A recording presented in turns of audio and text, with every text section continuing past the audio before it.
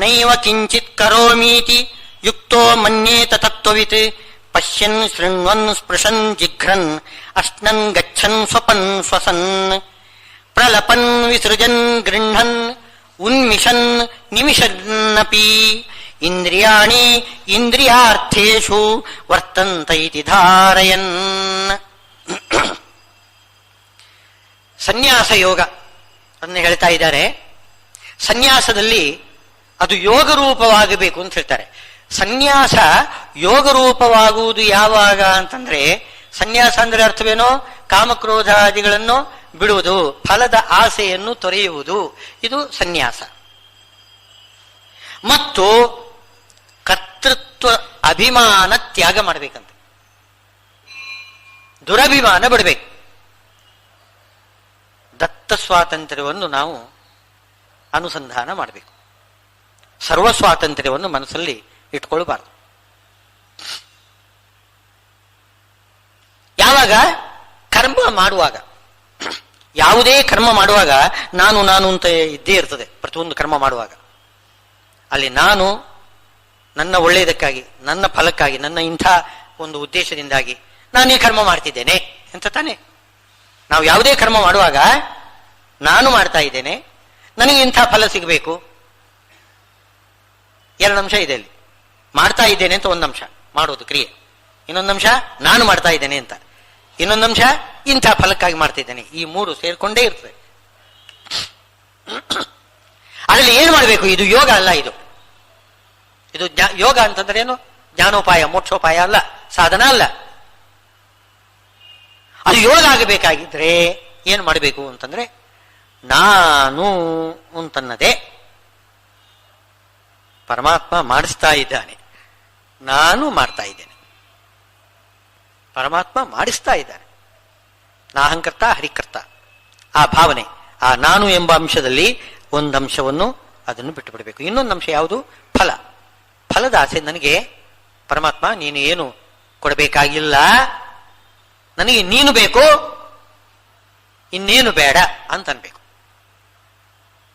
ಅಂದ್ರೆ ನಿನಗೆ ಸಂತೋಷವಾಗಲಿ ಎಂಬುದಾಗಿ ಆರಾಧನಾ ರೂಪದಿಂದ, ಪೂಜಾ ರೂಪವಾಗಿ ಕರ್ಮಾಚರಣೆ ಮಾಡಬೇಕು. ಇದಿಷ್ಟು ಕರ್ಮಯೋಗ. ಅದರಲ್ಲಿ ಮೊದಲಿಗೆ ಹೇಳ್ತಾ ಇದ್ದಾರೆ ಸಂಕಲ್ಪತ್ಯಾಗ ಅಂತ ಹೇಳ್ತಾರೆ. ಸಂಕಲ್ಪತ್ಯಾಗ ಅಂದ್ರೆ ಏನು? ನಾನು ಮಾಡ್ತೇನೆ ಅಂತ ಕರ್ತೃತ್ವ ಒಂದು ಭಾವನೆ ಇದೆಯಲ್ಲ, ಅದು ಸಂಕಲ್ಪ. ನಾವು ಸಂಕಲ್ಪ ಮಾಡ್ತೇವಲ್ಲ, ನಾನು ಮಾಡ್ತೇನೆ ಅಂತ, ನಾನು ಮಾಡ್ತೇನೆ ಅಂತ ಸಂಕಲ್ಪ ಮಾಡೋದು, ಅದು ನಿಜವಾದ ಸಂಕಲ್ಪ ಅಲ್ಲ, ಅದು ತಪ್ಪದು. ಅಲ್ಲಿ ಅದನ್ನು ಸೇರ್ಬೇಕು. ವಿಷ್ಣು ಪ್ರೇರಣೆಯ, ಲಕ್ಷ್ಮೀನಾರಾಯಣ ಪ್ರೇರಣೆಯ ಕರಿಷೆ ಅಂತ ಅನ್ಬೇಕು. ಬರೀ ಅಹಂಕರಿಷೆ ಹೇಳಬಾರ್ದು. ಬರೀ ಅಹಂಕರಿಷೆ ಅಂದ್ರೆ ಅದು ಬರೀ ಅಹಂಕಾರ ಆಗ್ತದೆ. ಪ್ರೇರಣೆಯ, ಲಕ್ಷ್ಮೀನಾರಾಯಣ ಪ್ರೇರಣೆಯ ಕರಿಷೆ ಅಂತಂದ್ರೆ ಅದು ನಿಜವಾದ ಸಂಕಲ್ಪ. ಆ ಸಂಕಲ್ಪವನ್ನು ತ್ಯಾಗ ಮಾಡಬೇಕು ಅಂತ ಹೇಳುವುದಿಲ್ಲ ಇಲ್ಲಿ.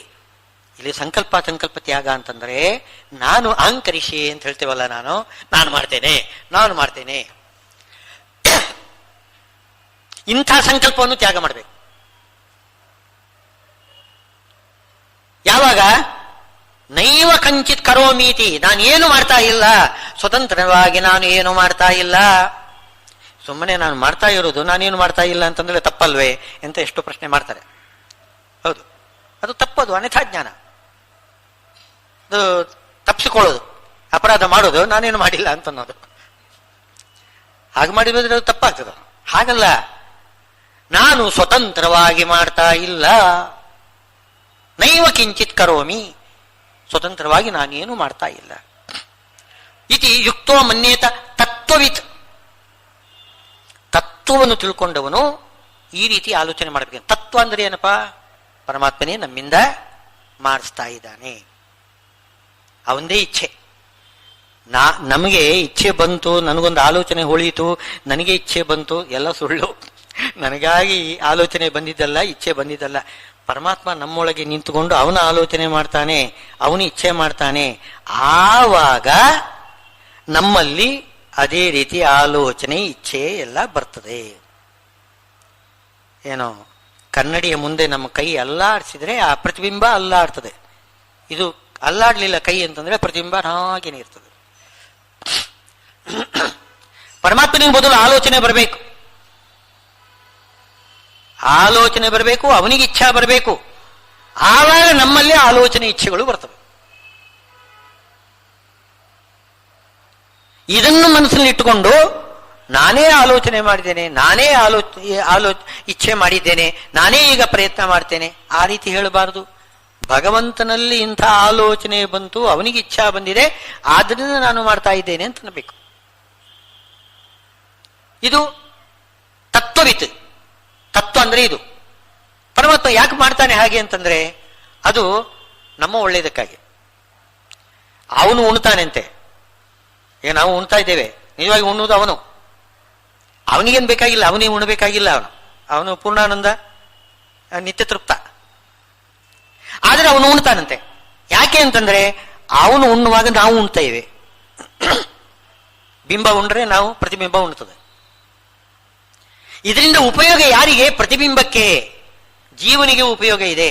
ಜೀವನಿಗೆ ಉಪಯೋಗ ಇದೆ ಅಂತಂದ್ಕೊಂಡು ಪರಮಾತ್ಮ ಉಣ್ತಾನೆ. ನಿತ್ಯ ತೃಪ್ತನ, ಅದು ಲೀಲೆ. ಇದು ಲೀಲೆ. ನಿತ್ಯ. ಈಗ ಉಂಡವನು ಪೂರ್ತಿ ಉಂಡವನು ಏನು ಹೊಟ್ಟೆ ತುಂಬಿಕೊಂಡವನಿಗೆ ಬಾಯಿಗೆ ಅನ್ನ ಇಟ್ರೆ ಅದು ಒಳಗೆ ಹೋಗುವುದಿಲ್ಲ, ಸರಿಯೇ? ಆದರೆ ಪರಮಾತ್ಮನಿಗೆ ಹಾಗಲ್ಲ. ಅದು ಅಚಿಂತ್ಯ ಶಕ್ತಿ. ಅವನಿಗೆ ನಿತ್ಯ ತೃಪ್ತನಾದರೂ ನಿತ್ಯ ತೃಪ್ತ. ಅವನಿಗೆ ಏನು ಒಂದಿಷ್ಟು ಕೂಡ ಕಮ್ಮಿ ಇಲ್ಲ, ಒಂದಿಷ್ಟು ಕಮ್ಮಿ ಇಲ್ಲ. ಅವನಿಗೆ ಸುಖ ಪೂರ್ತಿಯಾಗಿದೆ, ಆದರೂ ಕೂಡ ಸುಖ ಅನುಭವಿಸ್ತಾ ಇದ್ದಾನೆ. ಇದು ಹೇಗೆ ಕೊಡ್ತದೆ? ಇದಕ್ಕೆ ಹೇಳೋದು ಅಚಿಂತ್ಯ ಶಕ್ತಿ ಅಂತ ಹೇಳ್ತಾರೆ. ಅಚಿಂತ್ಯ ಶಕ್ತಿ. ಸಮುದ್ರ ನೋಡಿ, ಪೂರ್ಣವಾಗಿದೆ. ಅದರಲ್ಲೇನು ಸಮುದ್ರ ಬತ್ತಿ ಹೋಗುವುದಿಲ್ಲ, ಕ್ರಮನೇ ಇಲ್ಲ ಬತ್ತಿ ಹೋಗುದು ಅಂತ. ಏನೋ ಅದು ಪರ್ವಕಾಲದಲ್ಲಿ ಸಮುದ್ರದಲ್ಲಿ ಉಕ್ಕುವುದು ಸ್ವಲ್ಪ ಕಾಣಿಸ್ತದೆ, ಹೌದು, ಇಲ್ಲ ಅಂತೇನಲ್ಲ.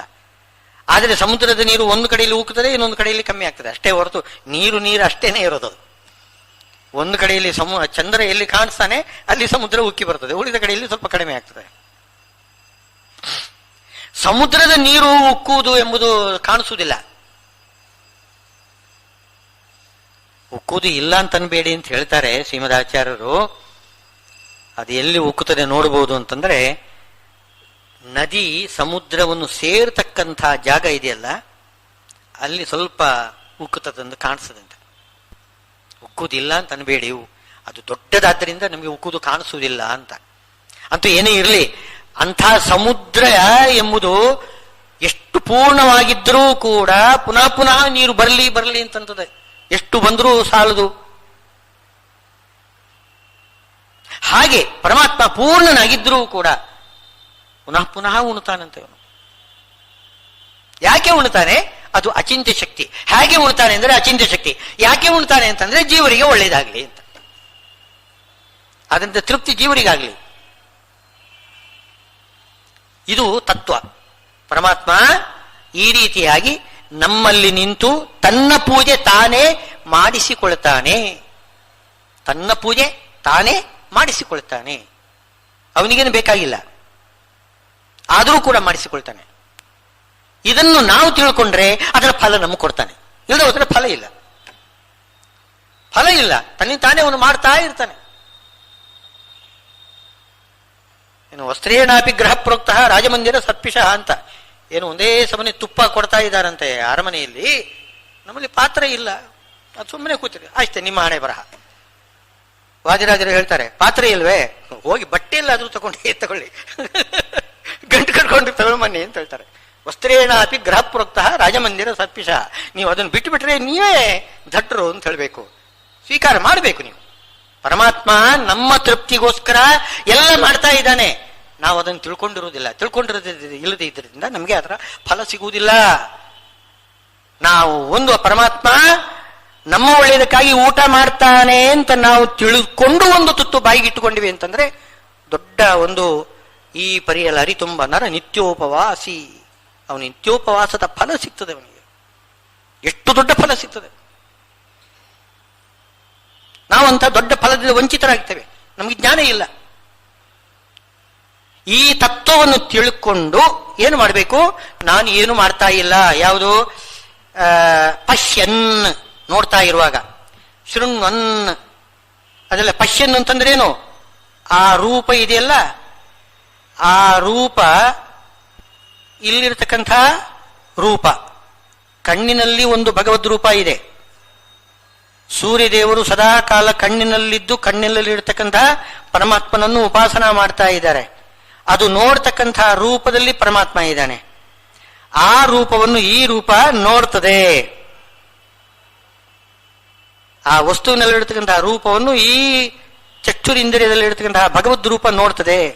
ತನ್ನನ್ನು ತಾನು ನೋಡ್ತದೆ, ಆನಂದ ಹೊಂದುತ್ತದಂತೆ. ಪರಮಾತ್ಮನಿಗೆ ತನ್ನನ್ನು ತಾನು ನೋಡುವುದರಲ್ಲೇ ಆನಂದ. ಯಾಕೆ? ಅವನು ಸ್ವರಮಣ, ಅವನು ಸ್ವರಮಣ. ತನ್ನಲ್ಲೇ ತನಗೆ ಸುಖ, ಇನ್ನೊಂದರಲ್ಲಿ ಸುಖನೇ ಇಲ್ಲ ಅವನಿಗೆ. ಎಲ್ಲ ಸುಖಮಯ ಅವನೇ. ಅದಕ್ಕೆ ಸಮಾನವಾದ ಇನ್ನೊಂದು ಸುಖಮಯ ಪದಾರ್ಥನೇ ಇಲ್ಲ ಲೋಕದಲ್ಲಿ. ಹಾಗಿರುವಾಗ ಅವನು ತನ್ನನ್ನು ತಾನೇ ನೋಡಿಕೊಂಡು ಆನಂದ ಪಡ್ತಾನೆ. ಅವನು ನೋಡಿರ್ತಕ್ಕಂತಹ ಆನಂದದಲ್ಲಿ ಒಂದು ಅಂಶ ನಮಗೆ ಇಲ್ಲಿ ಕೊಡ್ತಾನಂತೆ. ಮನಸ್ಸಿನಲ್ಲಿ ಸ್ವಲ್ಪ ಆ ಒಳ್ಳೆಯ ರೂಪ ಇದ್ರೆ, ಒಳ್ಳೆಯ ರೂಪ ಇದ್ರೆ ಅದನ್ನು ನೋಡಿದಾಗ ಒಂದು ನಮಗೆ ಆನಂದ ಆಗ್ತದಲ್ಲ, ಆನಂದವನ್ನು ಸ್ವಲ್ಪ ಕಾಲ ನಮಗೆ ಕೊಟ್ಟು ಬಿಡ್ತಾನೆ. ಅದನ್ನೇ ನಾವು ಚಿಂತನೆ ಮಾಡಬೇಕು. ಭಗವಂತ ತನ್ನ ರೂಪವನ್ನು ನನ್ನ ಇಂದ್ರಿಯದಲ್ಲಿ ಇದ್ದುಕೊಂಡು ತನ್ನದೇ ಆದ ವಿಷಯದ ರೂಪವನ್ನು ನೋಡಿ ಆನಂದ ಪಡ್ತಾನೆ ಎಂತಂದ್ರೆ ಇದೊಂದು ಯಜ್ಞ, ಚಾಕ್ಷುಷ ಯಜ್ಞ. ಇದು ಚಕ್ಷುರಿಂದ್ರಿಯದಿಂದ ಮಾಡ್ತಕ್ಕಂತಹ ಯಜ್ಞ. ಈ ಯಜ್ಞದ ಫಲ ಅನಂತ.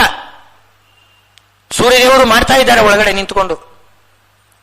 ಆ ರೀತಿ ಭಾವನೆಯಿಂದ ಪರಮಾತ್ಮನನ್ನು ನೆನೆದುಕೊಂಡ್ರೆ ಸಾಕು. ನಿಮಗೆ ಒಂದು ಕ್ಷಣ ನೆನೆಸಿಕೊಂಡ್ರೆ, ಒಂದು ಪದಾರ್ಥವನ್ನು ನೋಡಿ ಆನಂದಿಸುವಾಗ ಇದು ಭಗವಂತನ ಲೀಲೆ, ಅವನ ಅಚಿಂತ್ಯ ಶಕ್ತಿ. ಲೀಲೆ ಅಂತ ಹೇಳೋದು ಇದು. ಲೀಲೆ ಲೀಲೆ ಅಂತಂದ್ರೆ ಅರ್ಥವೇನೋ, ಯಾವುದೇ ಒಂದು ಬೇರೆ ಉದ್ದೇಶ ಇಲ್ಲ ಅವನಿಗೆ. ನಾವು ಮಾಡ್ತಕ್ಕಂಥ ಯಾವುದು ಲೀಲೆ ಅಲ್ಲ, ನಾವು ಯಾವ ಒಂದು ಉದ್ದೇಶನೇ ಮಾಡ್ತೇವೆ. ಭಗವಂತನಿಗೆ ಯಾವ ಉದ್ದೇಶನೂ ಕೂಡ ಇಲ್ಲ, ಅಂದ್ರೆ ತನ್ನ ಉದ್ದೇಶ ಇಲ್ಲ, ಜೀವರುಗಳ ಒಂದು ಸಂತೋಷ. ಆ ರೀತಿ ಲೀಲೆ ಮಾಡ್ತಾ ಇದ್ದಾನೆ. ಪಶ್ಯನ್ ಶೃಣ್ವನ್, ಇದೇ ರೀತಿಯಲ್ಲಿ ಶ್ರವಣ ಮಾಡುವಾಗಲೂ ಕೂಡ ಒಳ್ಳೆ ಧ್ವನಿ ಕಿವಿಗೆ ಬಿತ್ತು ಅಂತಂದ್ರೆ ಅದು ಒಂದು ಶ್ರಾವಣ ಯಜ್ಞ, ಶ್ರವಣದಿಂದ ಮಾಡ್ತಕ್ಕಂಥ ಒಂದು ಯಜ್ಞ. ಆ ಪದಾರ್ಥ ಒಳ್ಳೆ ಸುಂದರವಾದ ಮಧುರವಾದ ಶಬ್ದಗಳನ್ನು ಕಿವಿಯಲ್ಲಿ, ಅದು ಹಿಂದೆ ಹೇಳಿದ್ದಾರೆ ನೋಡಿ, 4ನೇ ಅಧ್ಯಾಯದಲ್ಲಿ ಇಂದ್ರಿಯಗಳಲ್ಲಿ ಇಂದ್ರಿಯಾರ್ಥಗಳನ್ನು ಹೋಮ ಮಾಡ್ತಕ್ಕಂಥದ್ದು ಅದೊಂದು ಯಜ್ಞ ಹಿಂದೆ ಹೇಳಿದ್ದಾರೆ. ಯಜ್ಞ ನಾನಾ ರೀತಿಯಾದ ಯಜ್ಞ. ಆ ರೀತಿ ಶೃಣ್ವನ್ ಸ್ಪೃಶನ್, ಸ್ಪರ್ಶ ಮಾಡುವಾಗಲೂ ಕೂಡ ಅದೇ ರೀತಿಯಲ್ಲಿ ಇಂದ್ರಿಯಗಳಲ್ಲಿರ್ತಕ್ಕಂತಹ ಭಗವದ್ ರೂಪ ಪದಾರ್ಥದಲ್ಲಿರ್ತಕ್ಕಂತಹ ಭಗವದ್ ರೂಪವನ್ನು ಸ್ಪರ್ಶ ಮಾಡಿ ಆನಂದ ಪಡ್ತದೆ. ಜಿಘ್ರನ್, ಅದೇ ರೀತಿಯಲ್ಲಿ ಮೂಸುವುದು, ಆಘ್ರಾಣನ ಮಾಡುವುದು. ಅಷ್ಟನ್, ಊಟ ಮಾಡತಕ್ಕಂಥದ್ದು, ಅಂದರೆ ರಸನ, ನಾಲಿಗೆಯಲ್ಲಿ ಆ ಪದಾರ್ಥದ ಸವಿಯನ್ನು ಅನುಭವಿಸುವುದು. ಎಲ್ಲ ಪರಮಾತ್ಮನೇ, ಇನ್ಯಾರೂ ಅಲ್ಲ. ಗಚ್ಚನ್, ನಡೀತಕ್ಕಂಥದ್ದು ಎಲ್ಲ ಇಂದ್ರಿಯ. ಅದಕ್ಕೋಸ್ಕರ ಪ್ರತ್ಯೇಕವಾಗಿ ಹೇಳ್ತಾ ಇದ್ದಾರೆ ಈಗ. ಪಶ್ಯನ್ ಅಂದ್ರೆ ಚಕ್ಷುರೇಂದ್ರಿಯ, ಶೃಣ್ವನ್ ಶ್ರೋತ್ರೇಂದ್ರಿಯ, ಸ್ಪೃಶನ್ ಸ್ಪರ್ಶ ಇಂದ್ರಿಯ, ಜಿಘ್ರನ್ ನಾಸ ಇಂದ್ರಿಯ, ಆಮೇಲೆ ಅಷ್ಟನ್ ರಸನೇಂದ್ರಿಯ. ಹಾಗೆ ಗಚ್ಚನ್, ಸ್ವಪನ್, ಶ್ವಸನ್, ಪ್ರಲಪನ್, ವಿಸೃಜನ್, ಇದು ಕರ್ಮೇಂದ್ರಿಯಗಳು. ವಾಕ್, ಪಾಣಿ, ಪಾದ, ಪಾಯೋಪಸ್ಥಗಳ ಎಲ್ಲ ಏನು ಪ್ರತ್ಯೇಕವಾಗಿ ಅದರ ಕ್ರಿಯೆಗಳನ್ನು ಹೇಳ್ತಾ ಇದ್ದಾರೆ. ಗಚ್ಚನ್, ಸ್ವಪನ್, ಶ್ವಸನ್, ಪ್ರಲಪನ್, ವಿಸೃಜನ್, ಗೃಹನ್, ಉನ್ಮಿಷನ್, ನಿಮಿಷನ್, ಕಣ್ಣು ರೆಪ್ಪೆ ಮುಚ್ಚುವುದು ತೆರೆಯುವುದು ಕೂಡ ಎಲ್ಲವೂ ಕೂಡ ಭಗವಂತ ನಿಂತು ಮಾಡ್ತಾ ಇದ್ದಾನೆ. ಅದನ್ನು ಮರೀಬಾರದು. ಇದು ಯೋಗ. ನಾವು ಕರ್ಮಾಚರಣೆ ಮಾಡ್ತೇವೆ. ಈ ಯೋಗ ಇಲ್ಲದೆ ಹೋದರೆ, ಇಂಥ ಪರಿಜ್ಞಾನ ಇಲ್ಲದೆ ಹೋದರೆ, ನಾನು ನೋಡ್ತಾ ಇದ್ದೇನೆ, ನಾನು ಹೋಗ್ತಾ ಇದ್ದೇನೆ, ನಾನು ಮುಡ್ತಾ ಇದ್ದೇನೆ, ನಾನು ಕೇಳ್ತಾ ಇದ್ದೇನೆ ಅಂತ ನಾನು ನಾನು ನಾನು ಅಂತ ಬಂದ್ಬಿಟ್ರೆ ಆಗುದಿಲ್ಲ. ಅದು ಜ್ಞಾನ ಸಾಧನ ಆಗುವುದಿಲ್ಲ, ಜ್ಞಾನಕ್ಕೆ ವಿರೋಧಿ. ನಾನು ಹೋದ್ರೆ ಹೋದೇನು, ನಾನು ಹೋಗ್ಬೇಕು. ಕನಕದಾಸರು ಹೇಳಿದ್ದಾರೆ ನೋಡಿ, ನಾನು ಅಂತ ಅನ್ನೋದು ಹೋಗ್ಬೇಕು, ನಾನು ಹೋಗುದಲ್ಲ. ನಾನು ಅಂತ ಅನ್ನೋದು ಹೋದರೆ ನಾನು ಹೋದೇನು, ಅದು ಹೋಗ್ಬೇಕು. ವಿಸರ್ಜನ್, ಗೃಹನ್, ಉನ್ಮಿಷನ್, ನಿಮಿಷನ್ನಪಿ ಇಂದ್ರಿಯಾಣಿ ಇಂದ್ರಿಯ ಅರ್ಥೇಶು ವರ್ತಂತೆ.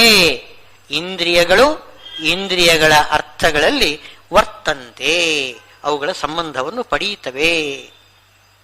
ಯಾರು ಪರಮಾತ್ಮನ ಇಚ್ಛೆಯಿಂದ ಈ ರೀತಿಯಾಗಿ ಇಂದ್ರಿಯಗಳು ಇಂದ್ರಿಯಾರ್ಥಗಳಲ್ಲಿ ಇಂದ್ರಿಯಾರ್ಥ ಅಂದ್ರೆ ವಿಷಯ ಪದಾರ್ಥ. ಇಂದ್ರಿಯಗಳು ತಮ್ಮ ವಿಷಯ ಪದಾರ್ಥಗಳಲ್ಲಿ ಸಂಪರ್ಕವನ್ನು ಪಡೆದು ನಾನಾ ರೀತಿಯ ಅನುಭವಗಳನ್ನು ನಮಗೆ ತಂದುಕೊಡ್ತವೆ. ಯಾಕೆಂದ್ರೆ ಪರಮಾತ್ಮ ಆ ಇಂದ್ರಿಯಗಳಲ್ಲಿಯೂ ಅರ್ಥಗಳಲ್ಲಿಯೂ ಇರ್ತಾನೆ. ಕೇವಲ ಇಂದ್ರಿಯದಲ್ಲೆಲ್ಲ, ಅರ್ಥದಲ್ಲಿಯೂ ಅವನೇ ಇದ್ದಾನೆ. ಅವನಿಗೆ ಆಲೋಚನೆ ಬಂದಾಗ, ಒಂದು ಇಂದ್ರಿಯದಲ್ಲಿ ಇರತಕ್ಕಂತಹ ರೂಪಕ್ಕೆ ಆಲೋಚನೆ ಹೊಳಿತದಂತೆ, ನನಗೆ ಇಂತಹ ಪದಾರ್ಥಗಳನ್ನು ನೋಡಬೇಕು, ಕಣ್ಣಿಗೆ ಆಲೋಚನೆ ಹೊಳಿತದೆ ಇಂತಹ ಪದಾರ್ಥ ನೋಡಬೇಕು ಅಂತ, ಕಿವಿಗೆ ಆಲೋಚನೆ ಹೊಳಿತದೆ ಇಂತಹ ಮಧುರವಾದ ಶಬ್ದಗಳನ್ನ ಆಲಿಸಬೇಕು ಅಂತ. ಹೀಗೆ ಆಯಾಯ ಇಂದ್ರಿಯಗಳಲ್ಲಿ ಇರ್ತಕ್ಕಂತಹ ಭಗವದ್ ರೂಪಗಳಿಗೆ ಆಲೋಚನೆ ಬಂದಾಗ ಅವುಗಳು ಆ ಒಂದು ಭಗವಂತನ ಪ್ರೇರಣೆಯಿಂದ ಆ ಇಂದ್ರಿಯಗಳು ಕೆಲಸ ಮಾಡ್ತವೆ.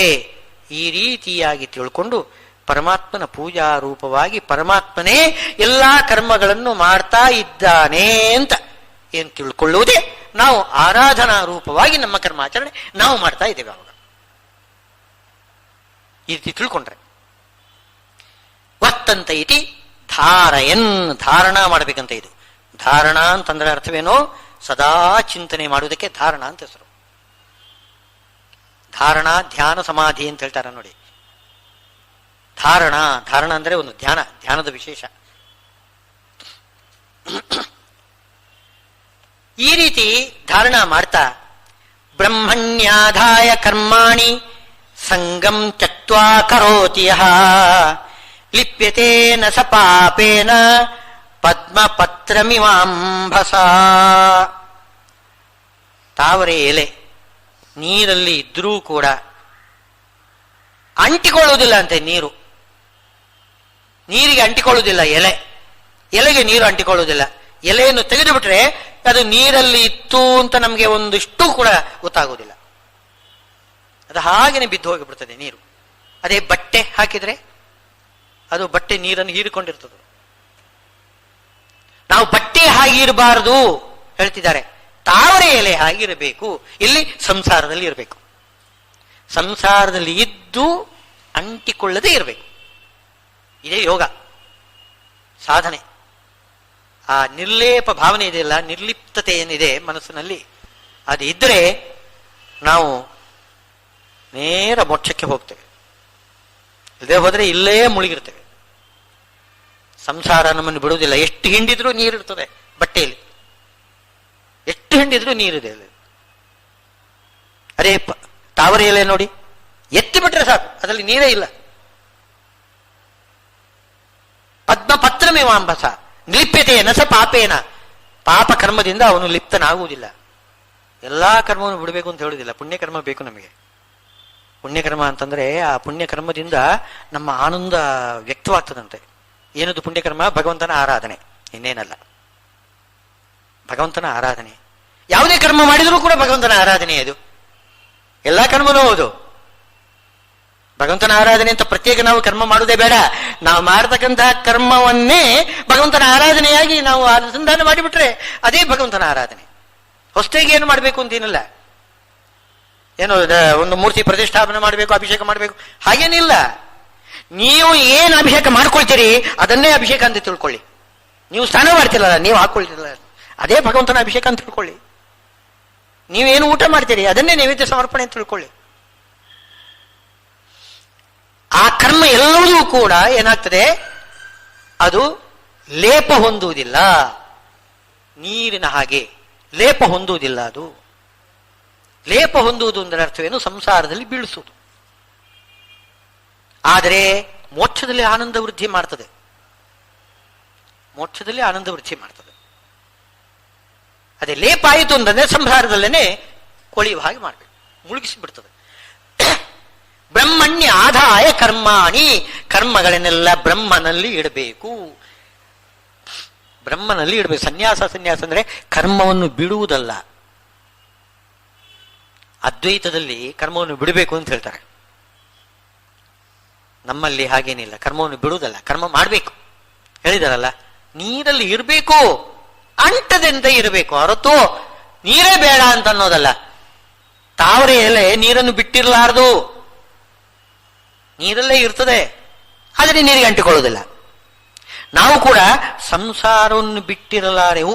ಏನು ಮಾಡಿದ್ರು ಏನೋ ಪ್ರತ್ಯಕ್ಷವಾಗಿ ಎಲ್ಲ ಹೆಂಡತಿ ಮಕ್ಕಳನ್ನು ಹಿತವರನ್ನು ಎಲ್ಲರನ್ನು ಲೋಕವನ್ನು ಬಿಟ್ಟು ಎಲ್ಲೋ ಕಾಡಿನಲ್ಲಿ ಹೋಗಿ ಕೂತಿರ್ಬೋದು. ಆದರೆ ಮನಸ್ಸಿನಲ್ಲಿ ಅದೇ ಯೋಚನೆ ಇರ್ತದೆ, ಮನಸ್ಸಿನಲ್ಲಿ ಅದೇ ಯೋಚನೆ ಇರ್ತದೆ. ನಾವು ಬಿಡ್ಲಿಕ್ಕೆ ಸಾಧ್ಯನೇ ಇಲ್ಲ. ಮನಸ್ಸಿನಲ್ಲಿ ಆಲೋಚನೆಯನ್ನು ಬಿಡ್ಲಿಕ್ಕೆ ಬರುವುದಿಲ್ಲ. ಅದನ್ನು ಬಿಡಬೇಕಾಗಿದ್ರೆ ಈ ರೀತಿ ತಗೊಳ್ಳಿ. ಗೃಹಾಶ್ರಮಕ್ಕಿನ್ನು ಕರೋತಿ ಅವಧ್ಯಂ ಅಂತ ಭಾಗವತದಲ್ಲಿ ಬ್ರಹ್ಮದೇವರು ಹೇಳ್ತಾರೆ.